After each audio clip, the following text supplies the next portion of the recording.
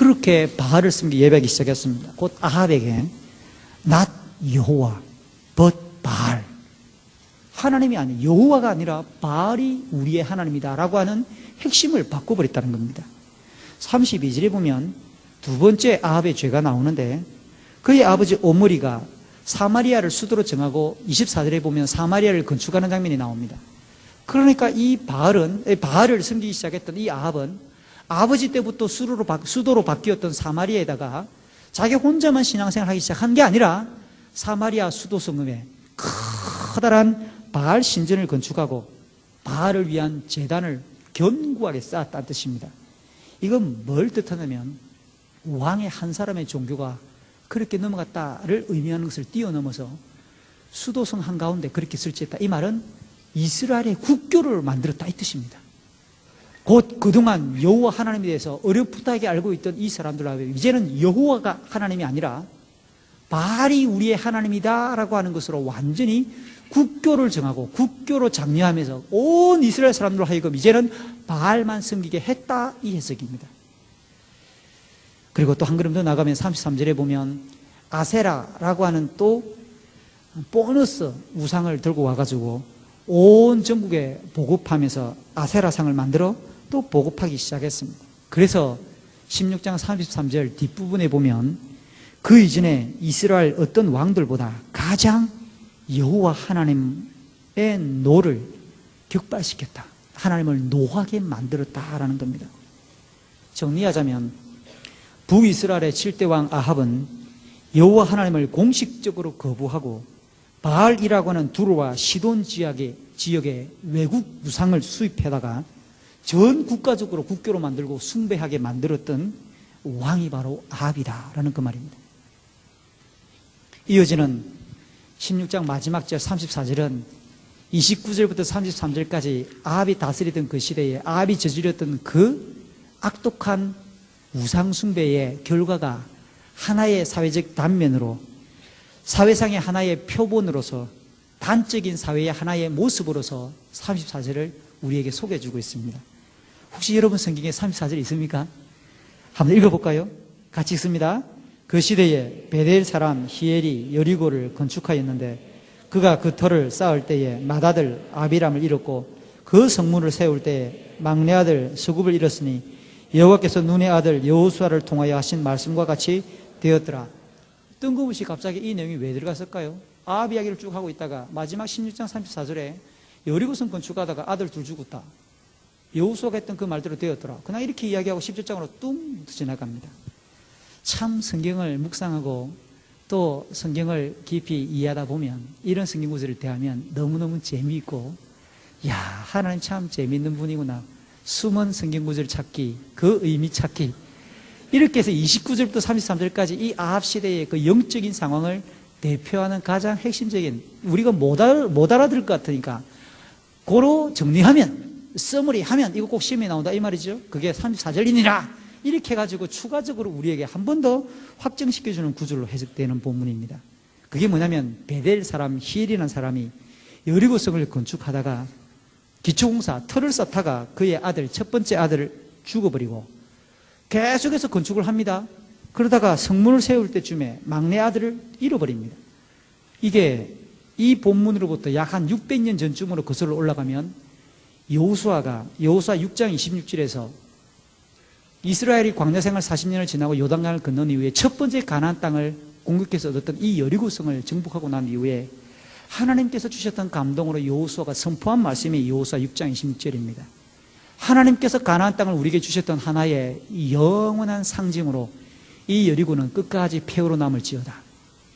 이 여리고성을 재건하는 사람은 곧 하나님 나라를 부수고 하나님 나라를 무시하며 하나님의 능력과 살아계심을 거부하고 하나님을 향하여 높아지고 하나님의 영광을 찬탈하는 그 어떤 세력과 그 어떤 문화와 그 어떤 사람들이 일어날지라도 반드시 그의 아들들을 죽게 만들어버릴 것이다.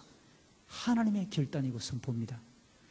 600년 동안 그 어떤 사람들도 여리고를 재건할 생각을 갖지 못했습니다.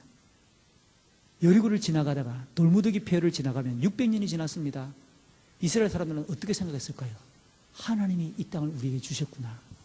지금도 하나님은 살아계시구나. 그것을 기억하기 위한 샘플이라는 겁니다. 그런데 오늘 이 아합 시대에 급대가리 없는 이 히엘이란 놈이 개인적인 열정이었겠어요? 왕에게 좋은 별장 하나 지어줄 목적으로, 왕에게 한 이 성을 진상할 목적으로 그렇게 이 히엘이라는 사람이 덤벼들었다가 결국 그의 아들 죽습니다. 하나님의 말씀을 무시한 것이고, 그 말씀을 통해서 살아계신 하나님의 능력을 거부한 것이고, 더 이상 여호와가 하나님이 아니니까 그가 짓거렸던 그 말들은 전부 거짓말이고, 바알이 하나님이니까 바알 앞에 새로운 도성을 건축하리라고 하는 하나의 죽는지 않는지 지켜보자라고 곧 하나님 앞에 맞짱 뜨는 듯한 분위기로 그렇게 덤벼들었다가 두 아들이 죽습니다. 아니, 큰아들 죽을 때쯤에 스톱하면 되지 않습니까? 고집 피우며 끝까지 하면 죽습니다. 어떻게 큰아들 죽었을 때 여호수아 6장 26절 큐티도 안 하는가 보지? 하다못해 기독교사 대회라도 좀 오지. 문디 같으게 말이죠. 하나님 말씀도 제대로 모르는가 봐요. 어떻게 그렇게 무시할 수 있냔 말이야. 다르게 표현하면 아합의 시대의 특징은 하나님의 살아계심을 거부하고 그분은 없다. 하나님의 말씀이 철저하게 무시되고 짓밟혀지고 있는 시대다 라고 하는 것을 보여주는 구절이 34절입니다. 사실은 이 이야기를 짧게 이야기했지만 과연 오늘 우리 시대의 대한민국 땅 안에서 하나님 말씀은 존중이 여기지고 있는가? 자문하지 않을 수 없습니다. 어떤 시대를 막론하고 성경의 가르침, 하나님의 말씀보다 인간들의 소리와 인간들의 논리와 시대적 주장이 앞서기 시작했던 그 시대는 반드시 영적인 혼란과 혼돈이 그 시대를 뒤덮었고, 그런 일들이 반복되어 왔던 것을 우리는 세계교회사를 통해서 확인할 수 있습니다. 오늘 우리 시대 과연 하나님의 말씀은 살아있습니까? 우리가 즐겨 암송하는 디모데후서 3장 16절에 보면 모든 성경은 하나님의 감동으로 된 것으로 교훈과 뭐죠? 우리는 매주 예배를 드리고 매일 아침 큐티를 하면서 주의 말씀을 듣고 묵상할 때마다 책망받아 본 적이 언제입니까, 최근에? 여러분은 설교를 듣고 말씀을 묵상하다가 심장이 찔려서 쓰러질 듯한 가슴의 아픔을 느껴본 적이 최근 언제냐고요. 하나님의 말씀은 분명히 책망한다고 되어 있는데 두 개 중에 하나겠죠. 수없이 많은 설교를 들어도, 수없이 많은 성경 구절을 우리가 외우고 묵상을 해도 내 속에 책망이 느끼지 않는 것은 내가 예수님처럼 되어 있거나, 아니면 우리가 하나님의 말씀에 대한 그 책망됨에 대한 말씀에 대해서 거부하고 있구나. 아합의 시대는 하나님의 말씀을 거부해버렸던, 하나님의 말씀을 무시했던 시대이면서 하나님의 말씀을 제대로 알지 못했던 무지의 시대다라고 해석할 수 있는데, 오늘 우리 시대에 그렇게 많은 설교가 우리가 올해 강단에서, 텔레비전에서, 테이프에서, 그것도 모자라 책으로 풀어서까지 홍수처럼 우리 가운데 범람함에도 불구하고 우리의 귀에 좋고 웃음 터지게 만들어주는 설교는 있어도 우리의 가슴을 쥐어뜯고 십자가 앞에서 나는 이게 아니구나, 기록된 말씀은 이러한데 왜 내 삶은 이거밖에 안 되는가라고 스스로를 책망해본, 시켜줄 수 있는, 또 그렇게 우리로 하여금 무릎 꿇게 만들어주는 설교와 말씀을 들어본 적이 언제냐고요. 말씀이 죽었습니까? 아니면 우리의 고집이 더 센 겁니까? 하나님의 음성이 우리에게 안 들려지는 겁니까? 들려줘도 우리 스스로가 거부하고 있는 겁니까? 오늘 한국 강단을 뒤덮고 있는 설교의 홍수들에 대해서 촌에 살고 나이도 아직 어리고 별 볼일 없어 보이는 제가 주제넘게 이야기한다고 하는 것이 경망스러워 보일 수 있을지 모르지만 제 가슴 속에 솟구치는 참으로 답답함과 안타까움은 어찌할 수 없습니다. 우리 시대가 마치 아합 시대 같고, 히엘이 여리고성을 건축하다가 아들 둘 잃어도 여전히 정신 못 차리고 끝까지 갔던 그 시대처럼 끝까지 가려고 하는 우리 시대 한국교회의 모습은 아닐까? 우리 기독교사들은 그 모습에 똑같이 서 있지는 않을까? 사실 저는 좀 성격이 소심합니다. 소심은 글자 조금 바꾸면 세심합니다. 조금 꼼꼼한 걸 좋아하고 미리 철저하게 계획하고 돌다리도 반드시 두들겨 봐야 건너갈 수 있는 부류의 성향을 가지고 있는 성격입니다. 처음 작년 늦가을에 좋은교사운동 전체 실행위원회에서 2008 기독교사대회 설교자로 제가 추천됐다는 얘기를 들었을 때 웃었습니다. 와이라노.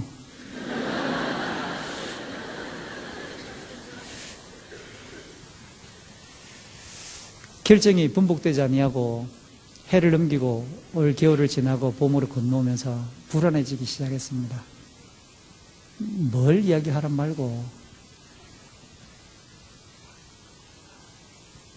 그러다가 한 6월부터 굉장히 편안해졌습니다. 나의 나됨도 주님의 은혜고 좋은교사 운동이 부르기 전에 그 뒤에 역사하시는 하나님의 실존을 알기 때문에 하나님이 나를 세웠구나. 대회가 죽이 돼도 하나님이 부르셨고 대회가 폭발해도 하나님이 부르셨구나. 그저 예수님을 태운 나귀처럼 그저 말씀을 들고 갈 수밖에 없구나 라는 것 때문에 너무너무 편안했습니다. 그런데 대회가 다가오면서 설교 원고를 쓰고 준비하면서 밀려오는 영적 고독감이라는 게 있었습니다. 하나님이 세우셨음에 대해서 여러분은 인정 안 해도 저는 압니다. 여러분은 별로 네임밸류가 없어 보이고 보잘것없어 보이는 그냥 이렇게 생긴 사람이 이렇게 지체들 앞에 2년마다 한 번 있는 이 대회에 말씀을 전할 수 있는가 좀 떨어지지 않냐라는 생각을 가져도 어쩔 수 없습니다. 이번에는 하나님이 저를 세워서 이 기독교사 운동, 좋은교사 운동과 기독교사 대회를 다시는 반복되지 않도록 영원히 문을 닫게 하든지 아니면 다른 사람 설교자가 날고 긴다는 많은 설교자가 왔었으면 안 될 법했던 뭔가 있었겠지요. 하나님이 어쩌면 저를 통해서 해줄 이야기가 있었겠지요. 저는 그것 때문에 왔습니다. 그런데 영적 고독감이 왜 밀려오느냐면 설교자로서 소심한 성격을 가지고 있다 보니까 상처를 받을 때가 있어요. 설교 시간에 조는 거 전혀 상처 안 받습니다. 괜찮습니다. 설교 시간에 화장실 가거나 물 들어간다 뒤로 나다니는 거 전 괜찮습니다. 성경 떨어뜨리고 옆 사람 휴대폰 전화하고 전혀 상처 안 받습니다. 괜찮습니다. 근데 종종 상처를 받을 때가 언제냐면 하나님께서 정말 저를 그 자리에 그 말씀을 전하게 하셨다라고 하는 분명한 믿음과 확신을 가지고 설교했는데 설교 마치고 딱 내려와서 그 설교를 듣던 사람들과 대화를 나눌 때가 있잖아요. 헌신예배 설교를 하러 갔든지 어느 집회에 설교하러 갔든지 그들 속에서 천박함이 드러나는 거예요. 감히 나를 통해서 하나님께서 말씀을 하라 그래서 나는 전했는데 왜 저들은 전혀 변화되지 않을까? 유희하고 있을까? 저들은 계급프로를 본 것일까? 나는 하나님의 말씀을 전했는데 왜 저들은 나와 같은 감동이 없을까? 설교 준비하고 설교하면서 나는 감동이 북받쳐라서 미칠 것 같은데 때로는 그 말씀에 사로잡혀서 한국을 바라보고 교회를 바라보고 우리 종교사 운동을 돌아보면 여러분들이 어떻게 학교에서 사역하고 있는지를 지역 모임을 순회하면서 둘러보면 미칠 것 같은데 그래서 때때로 말씀을 준비해가지고 작은 가슴으로 설교를 외쳤는데 저들은 하나도 기억해 주지 않고 변화되지 않는 거예요.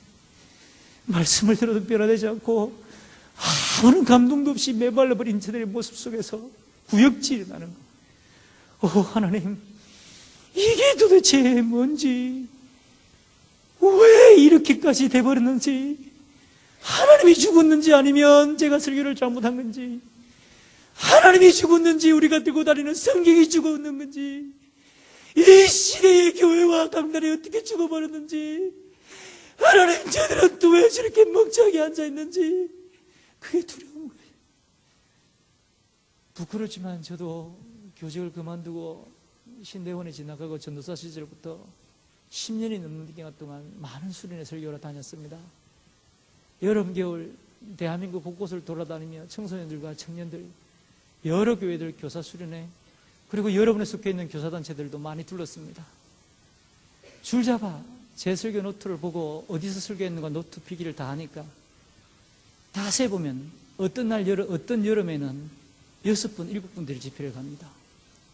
1박 2일짜리는 빼고 2박 3일, 3박 4일, 겨울도 그렇게 가다녔습니다.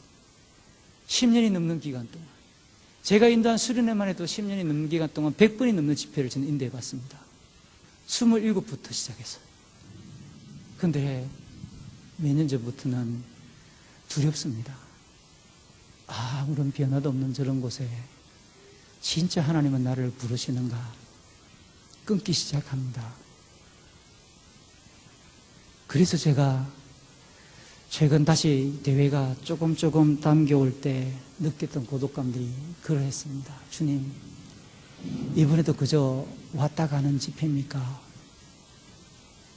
하나님, 이번에도 우리 형제와 자매들이 학교 현장에 서서 하나님께서 불렀다라고 하는 소명을 가지고 대한민국의 교육 현장을 딛고 서 있는 교육 선교 동지들이 그저 왔다 가겠습니까? 아니면 이들이 저에게 돌을 던지겠습니까? 아니면 무릎을 치겠습니까? 기도하면서 하나님께 물었습니다. 저는 성경을 읽다가 진정한 하나님의 말씀이 선포됐을 때 떠오르는 대표적인 두 가지 반응이 뭔가라고 찾아보니까 이를 갈며 덤벼들고 돌을 던지든지 그게 진리인데, 아니면 그들이 십자가 앞에 깨어지든지, 솔직히 두렵지만 그것을 보고 싶은 거예요. 저희 지체들이 저를 위해서 기도 많이 했습니다. 저희 교회 성도들이 지금도 금식하며 저녁에 기도하고 있을 겁니다. 그러면서 동시에 제가 인사를 하면서 올라올 때 뭐라고 이야기했느냐면, 몇몇 저희 지체들에게 이번 설교를 듣고 제발 은혜 받았다, 좋았다란 말을 한 명도 안 했으면 좋겠다라고 했습니다.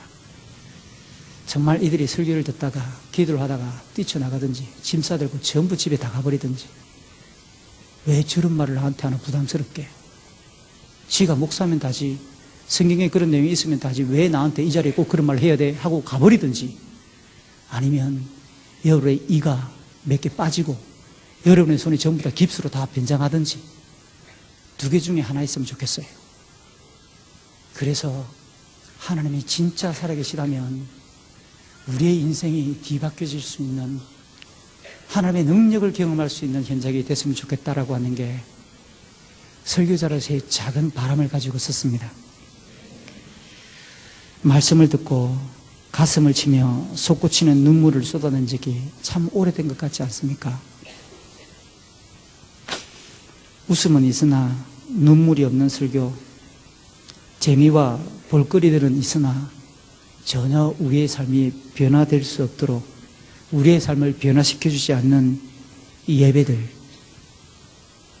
한국교회의 이런 영적 위기는 곧 한국 사회의 어둠으로 발전하고 한국 사회가 더 어둡도록 가속화시키는 핵심적인 그 뿌리에 교회의 강단과 말씀이 포함되어 있다 생각합니다. 성령의 은사에 대한 집회와 사모함은 있으나 실제 생활 속에서 그 성령의 성품을 드러내는 삶의 변화는 없는 삶, 그것은 아합 시대의 희열이고 곧 어쩌면 우리도 아합적인 삶을 살고 있는지 모릅니다. 이러한 시대가 바로 열왕기상 16장 29절부터 34절의 내용입니다. 이렇게 말씀이 무시되고 하나님이 없거나 그 능력이 없어져 버렸다라고 보편적으로 그렇게 여겨질 즈음에 17장 1절, 어둠과 이 혼란의 시대와 사회에 부름받은 한 사람, 바로 그가 엘리야입니다. 그에 대한 소개가 오늘 보면 1절에 보니까 너무 단촐하지 않습니까? 다른 사람들을 보면 누구의 아들 누구, 몇 세 이런 것도 좀 있는데 엘리야는 그의 아버지나 가족에 대한 양력도 전혀 소개하지 않습니다. 엘리야의 나이 없습니다. 오직 길르앗에 사는 디셉. 여러분 혹시 갖고 있는 참고 자료가 여러분 집에 있으면 성경 지도 찾기 한번 해보십시오. 디셉 웬만한 자료에는 없습니다. 디셉이 어디인지 없습니다. 구약성경, 신약성경 다 통틀어서 길라 지방의 디셉을 검색해도 본문 이외에는 없습니다.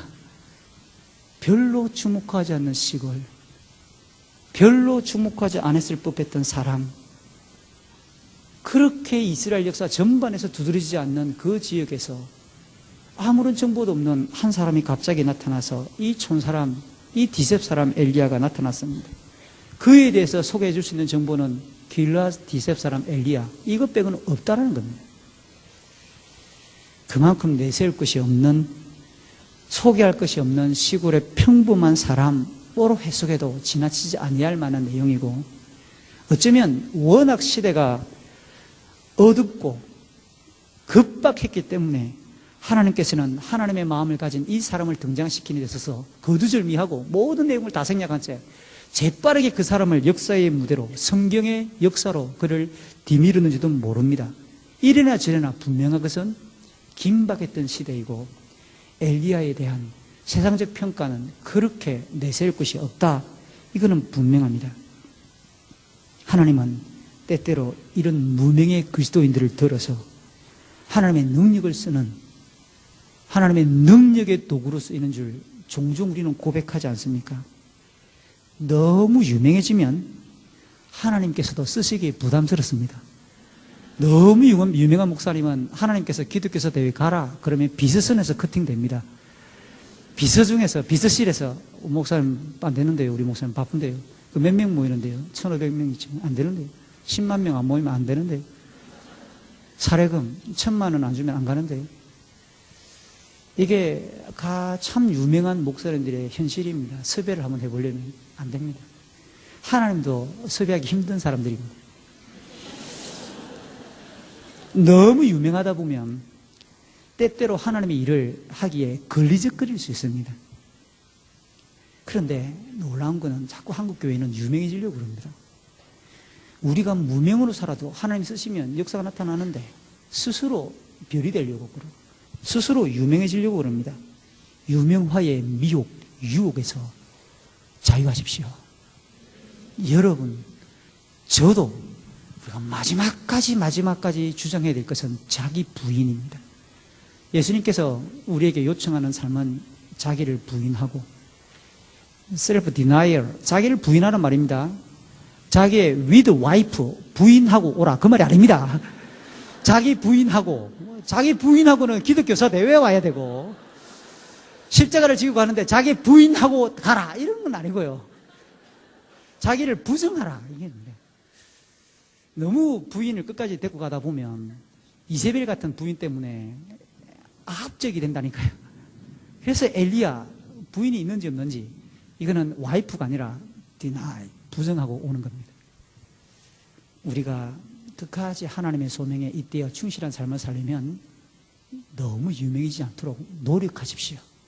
억수로 많이 노력해야 본전입니다. 가만히 있으면 내가 어느새 유명해질 수 있습니다. 그래서 철저하게 여러분이 힘들어 하십시오. 희생을 먼저 하시고 먼저 고생스러운 삶을 먼저 내딛어버려야 됩니다. 십자가를 지는 게 그런 삶입니다. 그리하지 않으면 나를 부정하기가 너무너무 힘듭니다. 우리 속에서 치밀어 오르는 이 죄의 자동 능력은 탁월합니다. 딱 찬양 집회 딱 시작되면 와가지고 우선 우리는 그러잖아요. 옆에 누가 좀 안아줬으면 좋겠잖아요. 가방 옆에 딱 놔두고 시작하잖아요. 못 앉게. 우선 좀 내 혼자 좀 은혜 받고 싶고 이렇게 좀 마음껏 율동하고 싶으니까 이 자기 부정이 좀 잘 안 되는 겁니다. 딱 그게 시작합니다. 이게 막 이렇게 은혜 받는 것처럼 보여도 딱 나가면서 아이고 더워라, 날씨가 문제같이 덥네, 이러고 막 나가는 거죠. 그 날씨는 바알이 만드는 거예요. 하나님이 만드는 거예요. 우리는 너무 쉽게 우리 속에서 막 솟아오르는 이 죄의 욕정들이 우리로 하여금 끄집어 갑니다. 철저하게 부정해야 해요.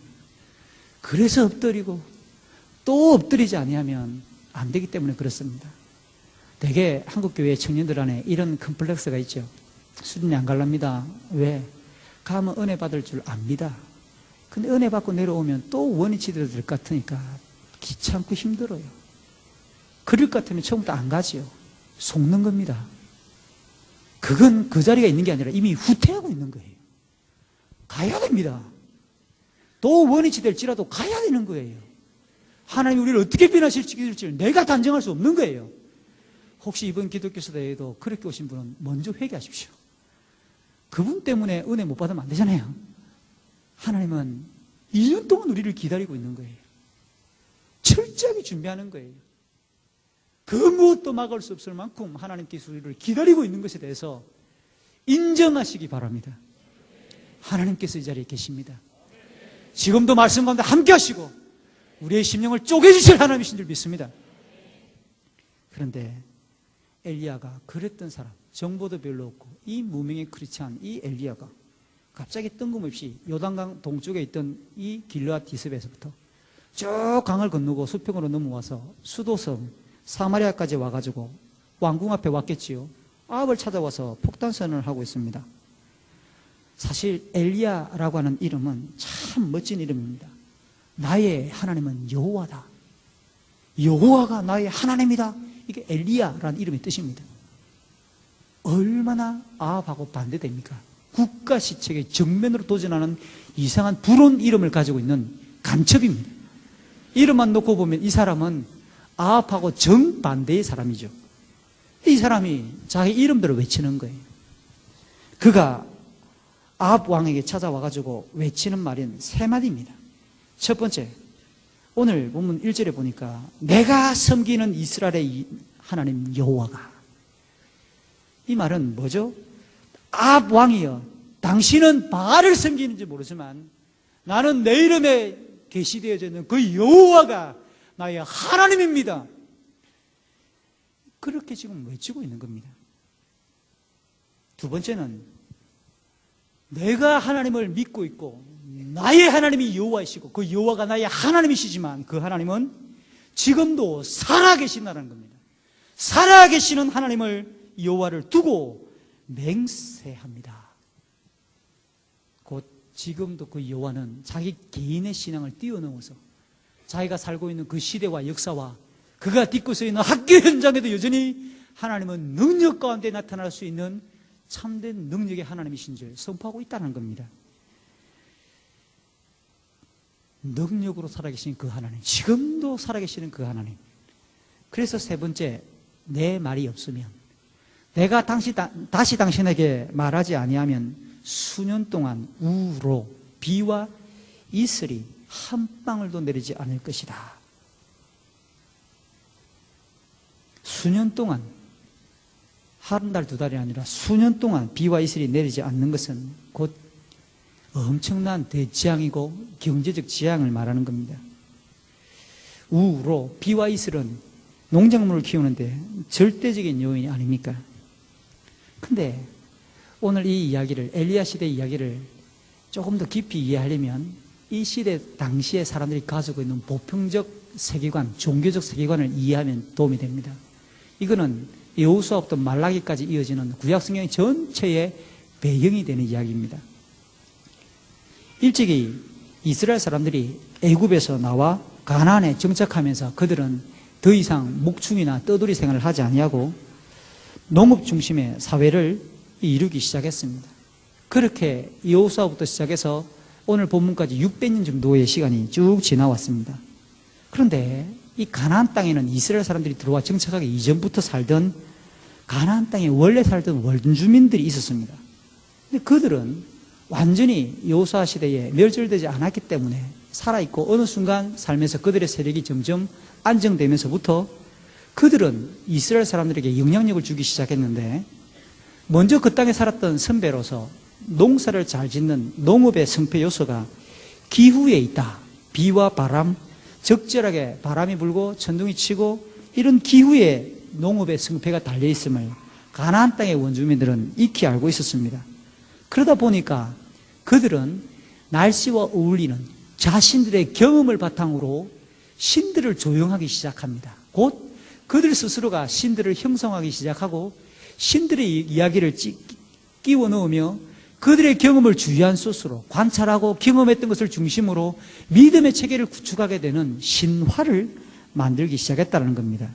기상학이 발달된 오늘 우리 시대는 이 이스라엘과 곧 이 팔레스타인 지형의 기후를 우리는 지중해성 기후다라고 설명합니다. 이 지중해성 기후에 이 팔레스타인 지형은 10월 중순쯤부터 비가 내리기 시작합니다. 이 이른 비가 내린다라고 말하는 겁니다. 그러면 10월 중순부터 비가 찔끔찔끔 계속 옵니다. 겨울 동안. 그리고 4월 중순쯤에 마지막 비, 늦은 비가 내리고 나면 비가 안 옵니다. 4월 말부터 10월 초까지 6개월 동안에는 비가 안 옵니다. 농작물이 어떻게 자랄까요? 고대기 때문에 지중해에서 불어오는 습들을 머금은 바람하고 북쪽 헐몬산에서 내려오는 찬바람하고 부딪히면서 이슬이 만들어집니다. 이 이슬이 6개월 동안 농작물들을, 물론 그걸 못 견디는 물을 많이, 수분을 많이 필요한 농작물들은 말라 죽어버리고 그나마 살아있는 농작물들은 이슬을 머금고 6개월 동안 버티는 거예요. 근데 팔레스타인 중에 우가릿이라고 하는 지역에서 출토된 점토 문서판을 보면, 옛날에는 종이가 없었기 때문에 그 지역 사람들은 점토판에다가 그들의 내용들을 기록하지 않았습니까? 우가릿이라고 하는 지역에서 출토된 점토 문서를 보면 이 시대에, 그 고대 시대의 가나안 원주민들이 어떤 신화를 믿고 있었고 그들의 그 신화에 따라서 생활을 했는가라고 하는 내용이 나옵니다. 가나안 땅을 다스리는 제일 핵심적인 신을 그들은 엘이라고 불렀습니다. 그러면서 이 엘이 인간들이 경험을 가지고 조형을 했으니까 인간적인 겁니다. 이 엘이 결혼을 했는데 누구랑 결혼하냐면 다산, 인구가 국력입니다. 고대 시대는. 인구가 국력이던 그 시대에 아기를 많이 낳는 신이 어머니 신이고 좋은 겁니다. 그래서 아세라라고 하는 여신을 또 그들은 하나의 이름을 붙이고 다산을 기원한다. 그래서 엘과 아세라를 결혼시키는 이야기를 만듭니다. 이렇게 결혼해가지고 난 아들이 누구냐면 바알입니다. 이 바알 신이 곧 기후를 주장하는 기상신입니다. 바람도 내리게 하고 바람도 불게 하고 비도 내리게 하고 천둥번개도 적당히 치게 하는 기상을 주장하는 신으로서의 바알을 이렇게 만들었습니다. 근데 우리 인간 세계는 결혼해가지고 아들 낳으면 아들이 계속 사는 게 아니라 또 크면은 결혼돼야 되잖아요. 그들 신화 속에서 보면 바알도 결혼을 시키는 겁니다. 또 바알을 누구랑 결혼시키냐면 전쟁과 사랑의 여신 아낫이라고 하는 신을 또 만들어가지고 바알과 여신 이렇게 아낫을 결혼을 시키는 겁니다. 그런데 잘 살면 좋은데 이들을 지켜보는 해방군 신도 또 하나 만들어야 재밌겠지요. 못이라고 하는 것, 발음상에 보면 무트라고 발음하기도 하고 못이라고 발음하는데 못신은 뭐냐면 불임과 자녀가 없는 무자의 신입니다. 근데 이 못이 바알보다 힘이 센 거예요. 어느 날 이 아낫이 없고 바알이 혼자 막 돌아다니고 있는 것을 보고 이 못신이 와가지고 바알을 사정없이 두드려 패버립니다. 그것도 모자라가지고 맷들어 놓고 바알을 갈아버리는 겁니다. 그래서 바알 신을 완전히 가루로 만들어가지고 샥 전 세계에 뿌려버린 겁니다. 그런데 이 바알의 와이프 아낫은 사랑과 전쟁의 여신이죠. 이 바알이 못한테는 지는데 아낫이 와이프가 못을 이기는 거예요. 어느 날 집에 와서 보니까 바알이 없는 거야. 그래서 아낫이라고 하는 이 와이프가 화가 나가지고 이 못을 찾아 복수합니다. 네가 내 남편 죽였지. 그래서 완전 못을 다시는 못 일어설 만큼 엄청나게 두드려 패가지고 거의 반 죽여버리는 겁니다. 그래놓고 온 세계를 돌아다니면서 바알 쪼가리들을 다 부주어 모읍니다. 가루가 된 바알 쪼가리들을 다 불러 모아가지고 형상을 다시 만드는 겁니다. 형상을 이렇게 만들면 형상만 만들었다 해가지고 어그러지면 안 되니까 아낫이 뜨겁게 옷을 싹 다 벗고 아주 섹시하게 이 남편 바알을 끌어안고 사랑을 막 합니다. 막 키스하기 시작하고 막 더듬기 시작합니다. 애정행각을 막 합니다. 근데 갑자기 아내, 사랑의 여신인 아내로부터 사랑을 공급받는 바알이 갑자기 살아나기 시작합니다. 능력이 생기기 시작합니다. 바알이 능력이 생긴다 이 말이 뭐죠? 싸움 잘한다는 게 아니죠. 뭐죠? 비를 내리기 시작한다는 겁니다. 바람을 불게 한다는 겁니다. 이게 가나안 원주민들의 신화입니다. 그러니까 이 이야기를 그들은 경험적으로 볼 때 4월 중순에 비가 왔다가 10월까지 비가 안 오네. 그러면 이 사람들은 어떻게 생각하지요? 우리의 바알신이 또 못에게 두드려 맞아가지고 죽었는가 보다. 그러면 아낫이 못을 복수하고 온 세상에 퍼져 있는 바알들을 다 쭈어 모으겠구나. 그래가지고 사랑을 하겠다. 6월쯤 지나가고 또 8월 지나고 10월쯤 되면 사람들이 이쯤 됐으면 바알을 다 쭈어 모았지 않았을까. 아낫이 뜨겁게 바알을 사랑하도록 우리가 그들을 자극하기 위해서 우리도 시작하자. 그래서 10월 초가 되면 가나안 땅에는 왕이 그 나라에서 가장 섹시한 여 제사장을 끌어안고 텐트 사람들이 보는 앞에서 성적 행위를 막 공개적으로 합니다. 대낮에. 그게 신호탄입니다. 그럼 전국에 흩어있는 산마다 산당에서 일제히 남창 남녀들, 이 제사장들이 온 지나가는 남자들, 여인들이 끌어안고 전부 다 그 짓을 하는 겁니다. 그렇게 자극하는 축제가 10월 달에 막 벌어지는 겁니다. 그러다 보면 바알이 열정적으로 에너지를 회복하면 비를 내려주겠다. 이게 가나안 땅 원주민의 신화입니다. 그들은 4월부터 10월까지 비가 내리지 않는다는 것을 가지고 그들은 이렇게 지어냅니다. 여러분, 참 중요한 개념 중에 하나는 사람들은 신념대로 자기의 삶을 형상화합니다. 무엇을 믿고 있는가에 따라서 자신의 삶을 만들어갑니다. 어려운 말을 하면 그 시대의 신념, 각 개인의 신념은 각자 그 시대의 문화를 만듭니다. 그런데 그것이 끝이 아니라 이 문화는 대중성을 띠면서 권력이 생기기 시작하고 힘이 생기기 시작하면 거꾸로 그 시대의 사람들을 조정하는 파워를 가지게 됩니다. 결국 사람들의 신념이 문화를 만들었고 그 신념 때문에 문화가 생기고 그 문화가 가지고 있는 파워가 꼭 사람들을 또 조정하는 이 고리 속에 물려 있는 겁니다. 이 가나안 땅에 전래 내려오던 이 신화가 사람들의 애정 행각에 자극을 받아서 아낫이 더욱 뜨겁게 바알을 사랑하도록 자극하기 위한 겁니다. 이처럼 바알 숭배의 핵심은 사람들이 무엇을 위해서 이런 신화를 만들었다고요? 풍요입니다. 풍요. 잘 먹고 잘 살기 위해서. 그들의 경제, 그들의 농업이 성공하기 위해서 적절하니까 비가 와야 되는데 바람이 불어야 되는데 그걸 위해서 이런 신화를 조합했고 그렇게 가는 겁니다. 그 뒤에 따라오는 부수적인 것이 성적 쾌락 아닙니까? 공개적으로 그때는 산당 안에 들어가면 누구나가 다 공개적으로 허용될 수 있는 사회, 성적인 쾌락이 누구나가 다 되어질 수 있는 사회. 엘리야가 1절에서 우로가 비와 이슬이 1년 동안 안 온다. 이거는 그럴 수 있겠지요. 수년 동안 비가 안 온다라고 말하는 것은 너희들이 믿고 있는 바알 숭배가 아합 왕이요, 당신이 믿고 온 국가를 그렇게 더럽혀 놓았던 이 바알 숭배가 얼마나 헛된 것인가, 그것이 거짓된 것인가, 바알이 무능력한 것인지를 선언하고 있는 것입니다. 동시에 하나님의 내 말이 있지 아니하면 곧 자기가 믿고 살아계신 그 하나님이 진정한 참신이시고 기후도 주장하고 인생을 주관하며 역사를 주관하신다는 참된 진실된 그 여호와가 하나님이시라고 하는 것을 선포하는 의미가 내 말이 다시 있지 않으면 수년 동안 우루가 있지 않을 것이다 라는 말이기도 합니다. 이 말은 또 한 걸음 더 나가면 16장 마지막 절에서 하나님의 말씀이 무시됐던 그 시대에 하나님의 말씀은 진리이고 여전히 지금도 이루어지고 있다라고 하는 것으로 발전되는데, 신명기 11장 16, 17절에서 이미 하나님은 모세를 통해서 600년 전에 뭐라고 말씀했죠? 가나안 땅에서 너희들이 가나안 땅에 들어가서 다른 신을 섬기면 하늘을 닫아 땅에 솟아니 없을 것이다.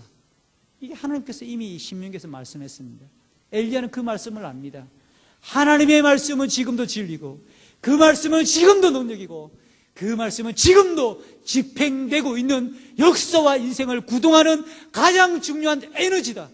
그것을 엘리야는 너무 잘 아는 거죠. 그저 우연히 하나님께서 이 엘리야를 보내가지고 막 달려온 것 같지 않습니다. 뜬금없이 엘리야가 갑자기 자고 있는데 계시를 받아가지고 헐레벌떡 뛰어온 것 같지 않습니다. 엘리야는 이러한 말씀의 그 내용과 이 내용을 묵상하지 아니하면은 사실 이렇게 올 수도 없지요. 자기는 촌사람이고 무명의 사람인데 왕 앞에 지금 맞짱을 뜨는 거잖아요.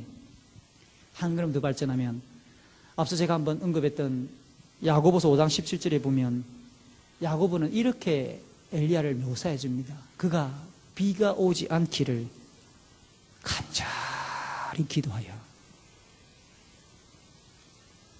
그동안 세상적인 기준으로 보면 엘리야는 그 시대와 그 역사에서 별로 주목될 만한 인물은 아니었을지 모릅니다. 별로 양력이나 내세울 정보가 별로 없습니다. 그러나 엘리야는 아합의 정권이 시작되고 온 나라의 바알과 아세라를 세우며 국민들을 호도하고 있는 그 현상들을 바라보면서 여호와 하나님의 말씀을, 신명기 말씀을 묵상했을 것이고 그때부터 간절히 기도하기 시작했다는 겁니다. 기도하면서 뭐라고 하나님 앞에 부르짖었을까요? 바알 숭배의 핵심, 그들이 바알 숭배를 하고 있는 가장 핵심은 비고 잘 사는 거 아닙니까? 그들이 가장 중요하게 여기는 비가 내리지 않게 함으로 인해서 하나님이여, 이 이스라엘 사회가, 우리의 조국과 이 땅의 교회가, 하나님의 백성들이 바알은 진짜 기상을 주관하는 신이 아닌 사람이 지어낸 헛것인 줄 알게 하셔서 참되신 하나님께로 돌아올 수 있도록 그렇게 기다리며, 엘리야는 철저하게 야곱의 편을 빌면 간절히 비가 오지 않도록 그렇게 기도했을 거라는 겁니다. 비가 오지 않으면 사람들이 정신 차리겠구나, 진짜 하나님이 참신인 줄 알겠구나. 오늘 우리 시대의 사람들이 추구하며 기대하고 있는 가장 중요한 것들은 뭡니까?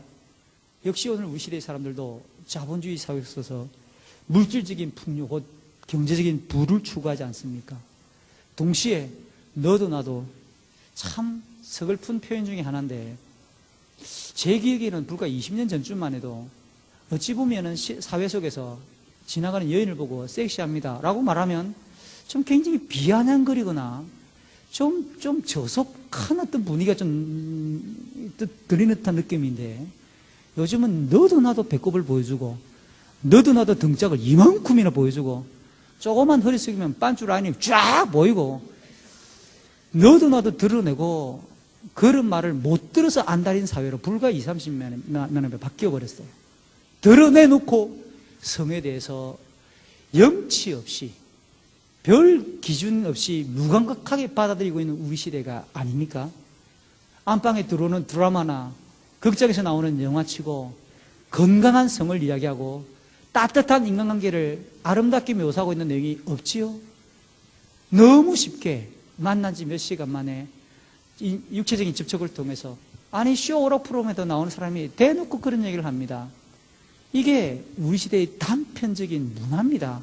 10대들이 가장 많이 보는 그런 오락 프로그램에 나와서 그 나온 연예인들이 주고받는 대담 속에 한 번씩 첫 키스 언제인가 대놓고 그러죠. 그들 속에 들었던 이야기 중에 20대 후반 이런 거 있었습니까?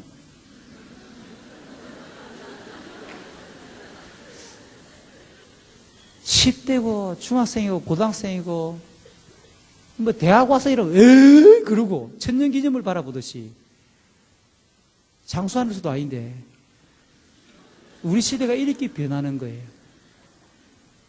우리 한국 교회 안에는 성적으로 깨끗합니까? 혹시 우리는 우리 시대 사람들이 다 그러하니까 똑같이 그런 것에 노출되어 있지 않습니까? 우리를 바라보고 와 정말 당신 얼굴 보니까 정말 예수스럽습니다 라는 말이 좋습니까? 섹시합니다 라는 말이 좋습니까? 회개합시다. 이렇게 변질되어 버렸어요. 이게 우리 시대입니다. 제가 한복을 입고 나왔으니까 상당히 나이 맞지 않게 고리따분하게 보이죠. 어쩔 수 없습니다. 조금 더 무릎을 꿇고 우리 시대를 통찰하다 보면 우리 시대를 뒤덮고 있는 통속적인 세계관이 얼마나 더러운지 감히 뭔가를 볼 수도 없고 뭔가를 할 수가 없어요. 저는 설교 연구 차원에서 예화 수집 차원에서 한 번씩 봅니다. 그럼에도 불구하고 마음이 되게 아픈 거는 눈둘 데가 없고 진짜 의로운 심령이 상할 수밖에 없겠다라는 생각이 드는 우리 시대가 아닙니까? 이러한 우리 시대의 자본과 성욕 쾌락과 그렇게 말초신경을 자극하는 듯한 분위기 안에 우리 한국의 교육이 자유하다고 말할 수 있습니까? 우리가 알게 모르게 발딛고 있는 대한민국의 문화가 깨끗하다고 자부할 수 있습니까? 교육이, 교회마저도 깨끗하다고 자부할 수 있습니까? 스스로 그 경계선을 자유함 가운데 너무 오버해서 뛰어넘고 있지는 않는가요? 복음적 가치에 합당한 성도의 삶은 이 세상 너머에 있는 영원하고 하나님을 닮은 영광스러운 삶을 향하고 있음을 똑똑히 기억하셔야 합니다. 그 하나님께서 우리에게 아들 예수 그리스도를 십자가에 못 박으면서까지 초청하시는 십자가의 구원과 복음은 이 땅에서 전부 다가 아니라 영광스럽고 영원히 펼쳐질 그 하나님 나라의 완성점이 있는 거예요. 조금이라도 그것을 놓쳐버리면 자기 부정이 사라지고 이 시대가 우리에게 드시어 놓았던 온갖 그런 오물들에 뒤덮여 채 우리도 어그적거리고 말 거예요. 제가 작년, 재작년에 출석하는 교회에서 설교를 하면서 몇 번 흥분했던 예화가 있습니다.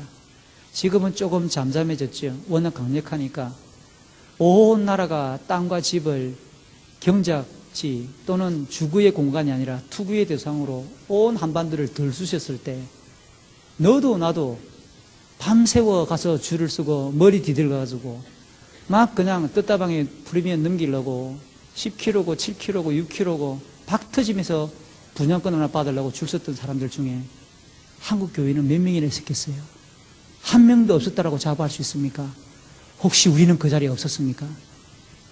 발 뻗고 편안하게 살만한 하나님의 보금자리를 주셨음에도 불구하고 여전히 투기의 대상으로 아니 학교에 가가지고 주식표를 띄워놓고 쉬는 시간마다 보든지 부동산 뱅크나 114를 그냥 틀어놓고 내가 투자했던 이 땅은 어떻게 될 것인지 의기적거리며 침을 흘려놓았던 바알적이고 아세라적인 그런 우리의 모습은 없었느냐 말이에요.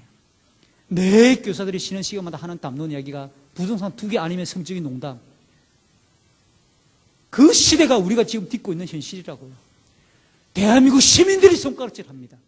왜 학교가 이러하냐고, 왜 교육이 이러하냐고, 그렇게 싫어하고 손가락질하는 자리에 또 희한하게도 전부 다가 교사가 되려고 뒤밀고 있어요. 손가락질 받는 이 직업에 종사하기 위해서 지금도 노량진 공무원 학원가에는 얼마나 많은 사람들이 교사가 되기 위해서 그렇게 고개를 뒤밀고 있는지 종말의 징조입니다. 누구나가 다 보편적인 시민들이 소망이 없고 손가락질하는 그 영역에 왜 이렇게 많은 사람들이 고개를 뒤밀고 있냐고요. 복음 때문입니까? 진리 때문입니까? 이런 긴장들이 없이 우리가 무엇을 하고 있는지 때때로